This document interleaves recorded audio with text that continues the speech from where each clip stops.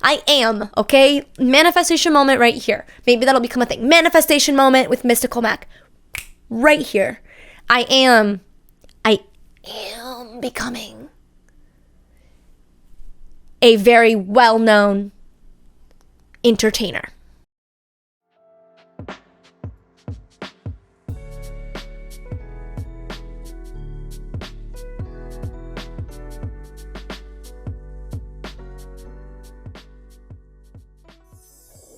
Hello, and welcome back to Embodying Mystical Mac.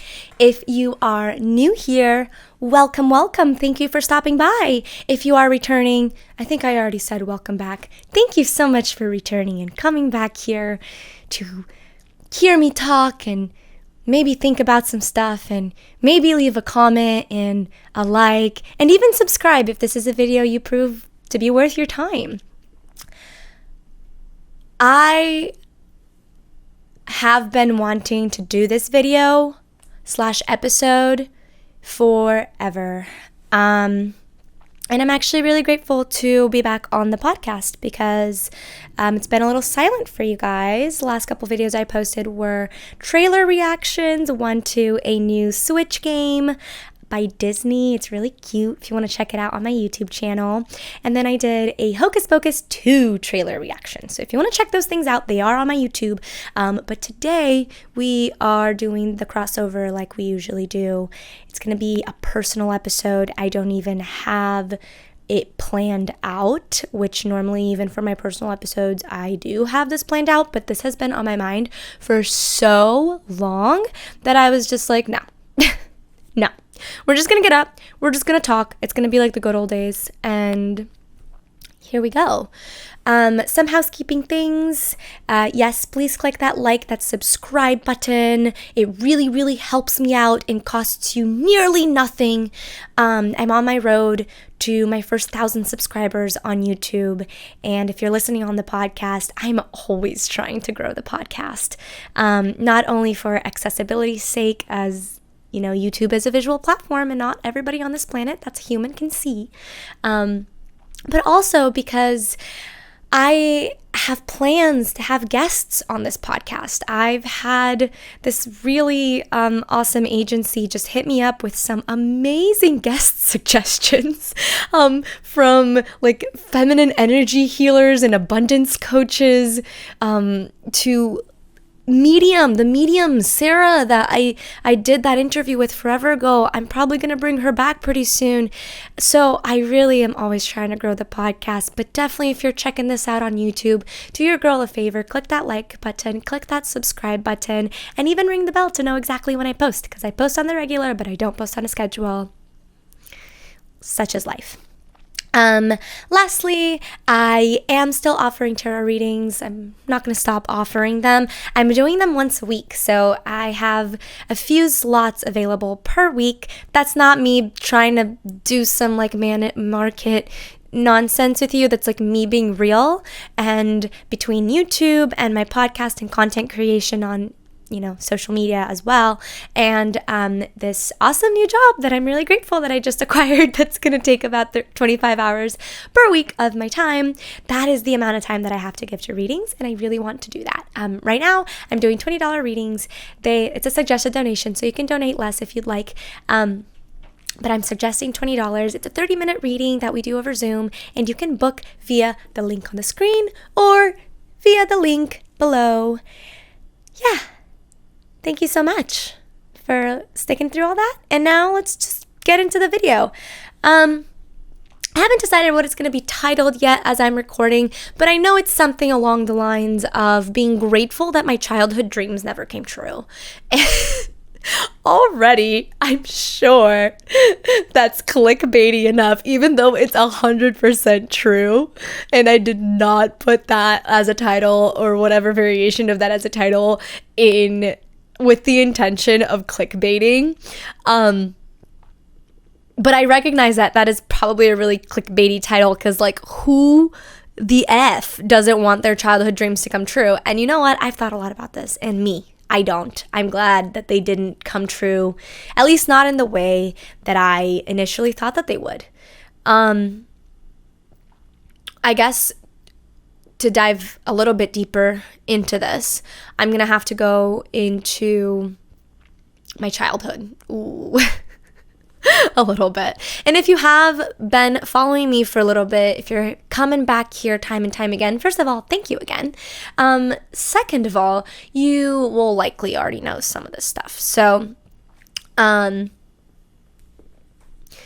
you want to rehear it, awesome. If you want to skip forward a little bit, awesome. I'm going to have somewhat of a chapter situation going on down there. So part of it will be like childhood recap. So you could just skip the childhood recap and go straight to that.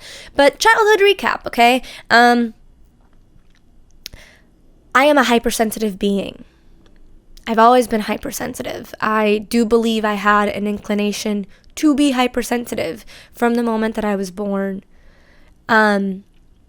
Meaning the trauma that I endured, I don't believe made me empathetic as much as it just heavily capitalized on something that was already there. Turned over the genetic cards, so to speak. And I had a really difficult first 7 years of life. And I just say first 7 because those are the most pivotal years of a human's life, is the first 7 years. Everything that happens in that time period will 100% affect their adult life. So that's why I'm referring to the first 7 years. My first 7 years of life were difficult. They looked probably fine on the outside, but they were hard. They were really hard. And I guess I'm feeling the need to disclaim that my experience, this isn't a comparison game. I'm not sitting here being like, I had the hardest childhood of all time. And I had to say it like that because like I genuinely feel like there might be some people thinking that shit. Because you know what? I might be thinking that shit if I was in the audience. So I'm going to go disclaim it and be like, I'm not trying to invalidate your childhood. If your childhood was harder than mine, by all means, I am so sorry. I don't want that for you. But I hope you learned from it. Because that's all you can do, right? Not trying to say that anybody's childhood was this or that based on mine. This is me sharing my experiences and how it leads into me being so grateful that I didn't reach the childhood dream goals that I thought I would, that I hoped I would at this point. My childhood looked probably fine on the outside. I was provided for, I had a mom and a dad and a good home. I had clothes on my back. I went to good schools, all of that. But my paternal figure in those first 7 years was completely narcissistic, very emotionally abusive, and just downright an unfit parent. I don't say that lightly. I feel that, my general opinion and this is that most people on this planet who have kids probably are somewhat unfit to have them. Myself included right now. And even when I tell myself I'm ready to be a mother, I probably will be not pretty, but maybe slightly unfit still. And, I don't think that with a judgment. I think that with an unfortunate acceptance for the truth. And it's that we don't get modeled secure relationships. Not most of us. And those of us that do get modeled it by our parents have a plethora of people around us that model anxious relationships or avoidant relationships or disorganized relationships and attachments. I'm not going to go into attachment styles here. If that's something you're curious about, let me know in the comments. I can make a video about it. I've spoken about them in the past, but hey, we can do it again. It's still relevant. Most relationships you have will not be functioning or not functioning, will not be healthy, will not be secure, especially those in childhood, unfortunately, because most adults treat children differently than they would treat other adults, which that's good in a lot of ways. You wouldn't hopefully expect a child to drive a car like you would your other adult friend that drives a car. But in other ways, that can be really crappy for the children and kind of shitty and a little bit detrimental because you may not be giving them choices. You may be stifling their independence by trying to help them ace that homework assignment instead of actually trying to let them figure it out on their own, or figure it out with your help but not with you doing it for them. There's so many ways, right, that like this double standard, it can be helpful and then it can also hurt. But there's a lot of control from the parental figures in childhood, and this is, on a little side note, another video that I'm going to make probably, I don't know when, honestly, but it'll happen at some point, and it's how there's this epidemic of parents that there's actually no control and no structure. Because it's one thing to try to control a child. I don't necessarily love that. Like, that's not going to be sustainable in adulthood. They're never, you don't try to control your friends in adulthood. You try to work with them and have relationships with them. So what's going to work best with children is to do that. Have relationships with them, give them options, make things a dialogue. Like, I don't know, treat them like a human that deserves to have opinions of their own, that deserves to have their own space, that deserves to have, there's so many things, right? Anyway, there's an epidemic of parents that don't parent. And they infuriate me. They infuriate me just as much as the helicopter parents. They infuriate me just as much as every other reason for crappy parenting out there. These people that let their children parent them in the worst way possible.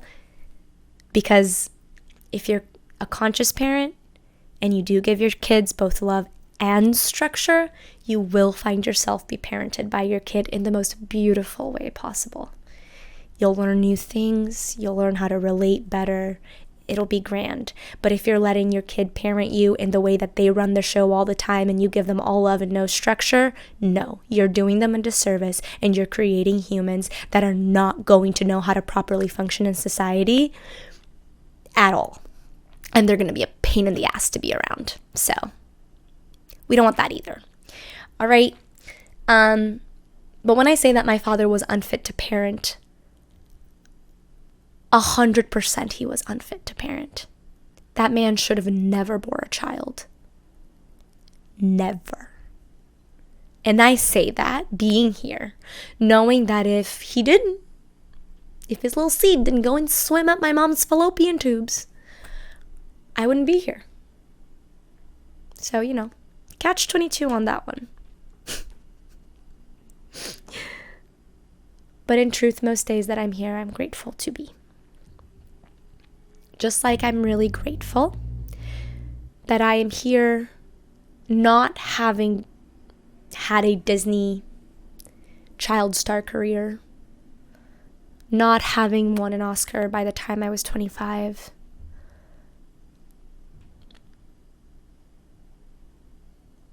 not having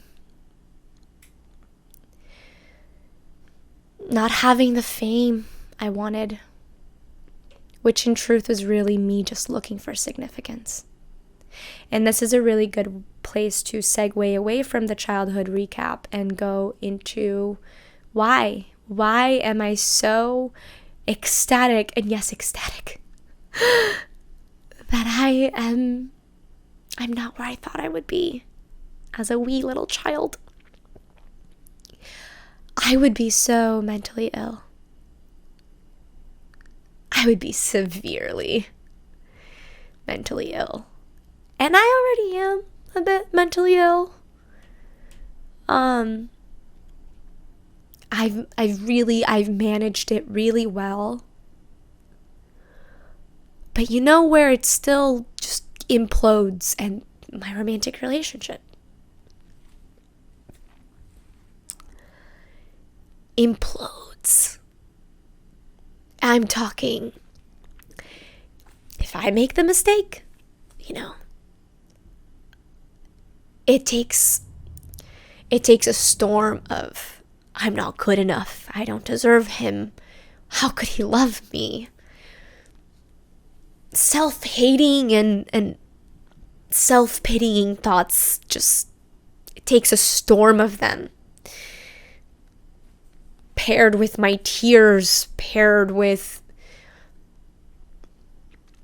this pain that can only be caused by every time that I dissociated and abandoned my childhood self in that moment, because I couldn't deal. Every time I make a mistake in my romantic relationship, before I can come to this place of, oh yeah, I can do better. I can work towards not making this mistake again. I can self-reflect and be a better partner. Before I can get to any of that, the slew of and just onslaught of self-hatred needs to pass through me. And that's in my romantic relationship. That's the place that those things are supposed to come up. That's the place that those things are almost expected to come up, right? That's the place that is supposed to be the hardest. And I mean, just watching myself in those scenarios, being that observer in my head, and, you know, even if I'm not able to do anything about it, just observing it, I go, damn. It would probably take like 2 years of being a successful Disney actress as a kid for this mood disorder that I have to like develop into full bipolar disorder, bipolar 2. Because that stuff that implodes in my romantic relationship, it's there with me all the time. In fact, my life has allowed me, the way it's gone has allowed me to learn so much about childhood trauma, to learn so much about neglect and attachment styles and narcissism and all this stuff, to allow me to get to this place where all this stuff only implodes really in my romantic relationship. The place where it's the hardest to heal, right? The place where it's the hardest to really move forward and away from that stuff. If I had hit it big when I was a teen or a young adult, like I really wanted to, I wanted to be that 18-year-old who's consistently getting cast as a 15-year-old in Disney shows and whatever, and get famous off of that. And if that had truly happened to me, between the shooting schedule and the press junket schedules and the meetings and auditions and, you know, once I'm more successful, the magazine photo shoots, the this, the that, like, my energy is already not a very readily renewable source. Like, part of the reason I'm so grateful for this job that I have now is it's like one that I can actually do from home. Like, I can do it on my own terms. I'm sick. Great. That's okay. If I have mental capacity, I can sit here and I can do it. I'm run down. I'm burnt out. Great. I can rest for a little. I've got some mental capacity. I can go and do some work over here, right? Like, because I've already become privy to the fact that my energy is not like the most renewable thing ever, like some people's are. And it takes so much energy to be a successful entertainer in the way that the entertainment industry is set up, I should say. Because I fully plan on becoming a successful entertainer. I am, okay? Manifestation moment right here. Maybe that'll become a thing. Manifestation moment with Mystical Mac. Right here. I am becoming a very well-known entertainer. But I'm doing it in my own way. Because in the way that the industry sets it up, even musicians, man, like I admire Halsey so much because she was so real and honest about her illnesses and how her tour schedules are really not helping and all this stuff. Like I love her for that. And you know what? Now she's doing it on her own terms. She's figuring it out, and she's doing it in a way that seems to be fitting her instead of her trying to fit the industry. That's what it would have been. It would have been me trying to fit the industry. And I've never fit any industry. I've never fit anything. I'm getting emotional as I say this because there's a lot of hurt and sadness here that I've never fit anything.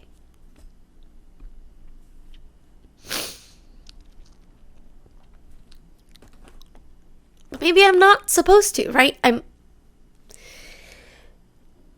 And that's the journey of figuring that out. I'm sorry, I gotta get a tissue. Give me a second.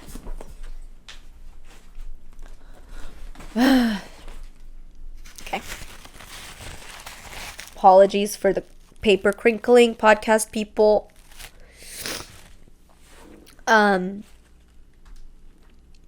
maybe that's part of it. Maybe I'm not supposed to fit a mold. Maybe I'm not supposed to fit an industry. Maybe, I was born to grow up into this world where, because of YouTube, I can be whatever kind of entertainer I want to be. And then because of social media and the way that all of that has developed, I can turn that into whatever fits me.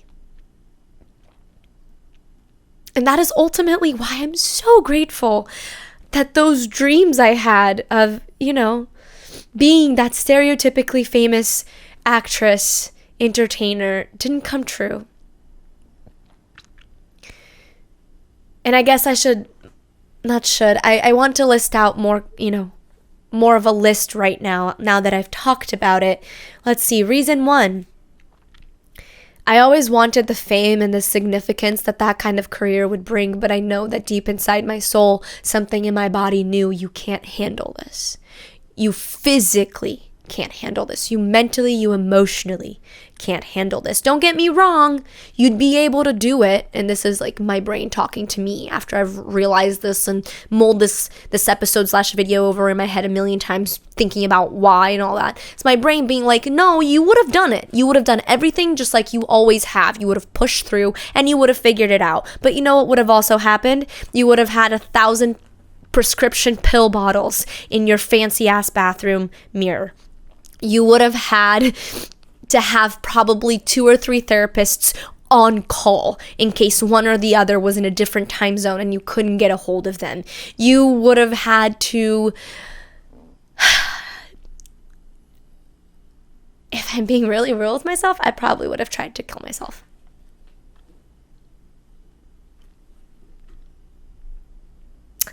This video probably just got demonetized if I were a monetized channel, but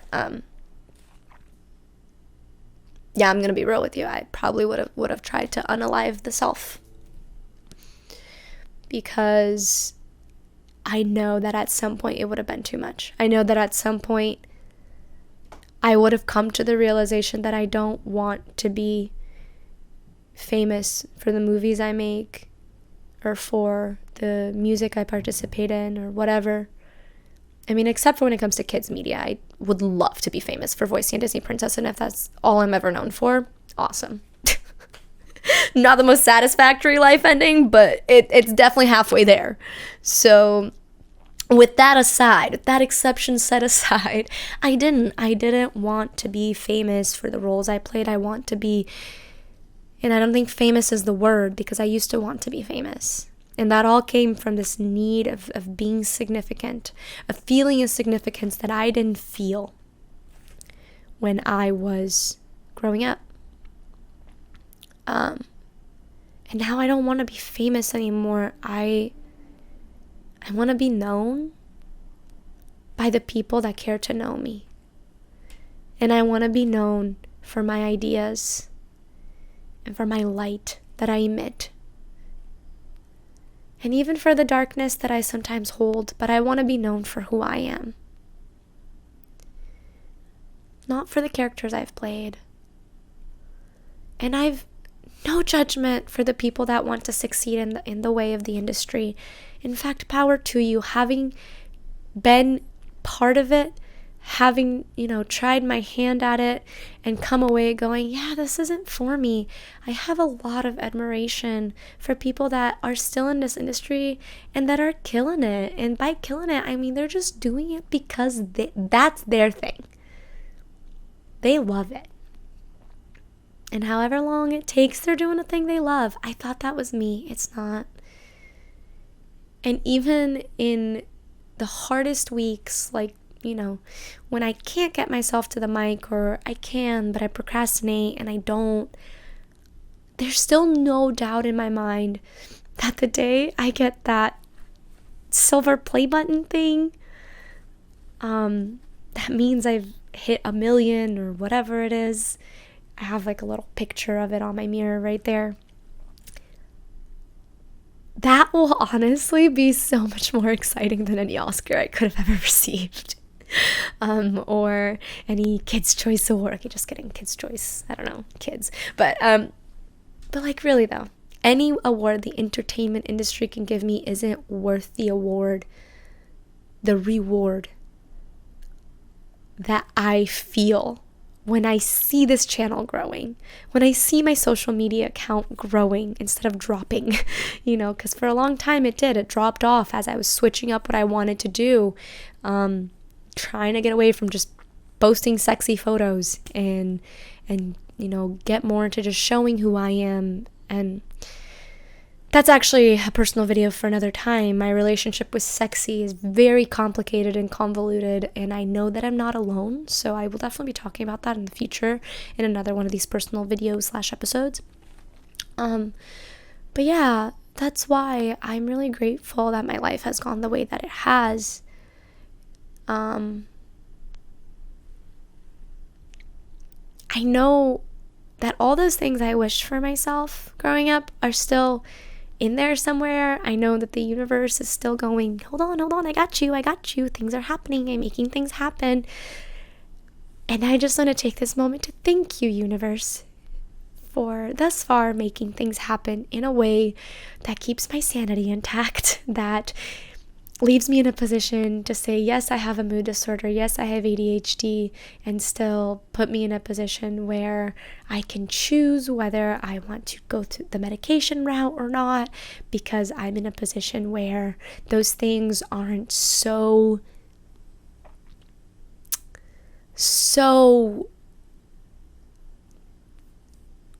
triggered and stressed that I'm in a place where I can't function in my life, when I know for a fact that that's exactly where I would be at 28 years old if I had hit it big as an actress when I was 18, like I wanted to. Yeah, let me know how this podcast episode / YouTube video impacted you. Podcast reviews are really, really helpful. So if you are on the podcast, please just consider leaving me a little review. You could just put an emoji in it, say one word, whatever you want, honestly. But if this was worth a listen, then that's a lovely, lovely way to show it.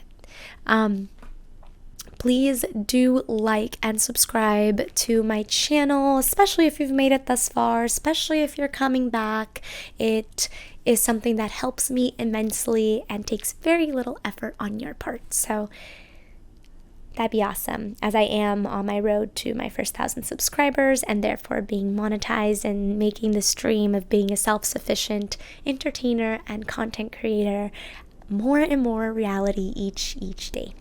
Lastly, I do offer tarot readings. I've been reading them, for the cards that is, for over 10 years, and nothing mystical about them really. They're just an amazing tool that will take the energy that they're given and will show you your current situation in a clear manner and even leave you with some guidance moving forward.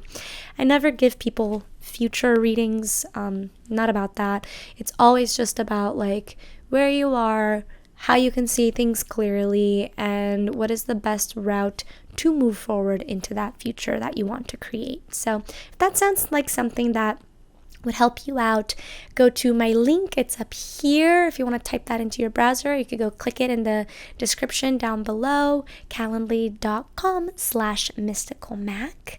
And I am so grateful to have created this video / episode today. Thank you for being here. I'm so grateful for you as well. Stay mystical, stay grounded, and I will catch you next time. I was gonna say bye, but then I realized that I would have stolen that from Smokey Glow, who's like one of my favorite YouTubers, so I gotta come up with something else. Because I always say stay mystical, stay grounded, and I say see you next time.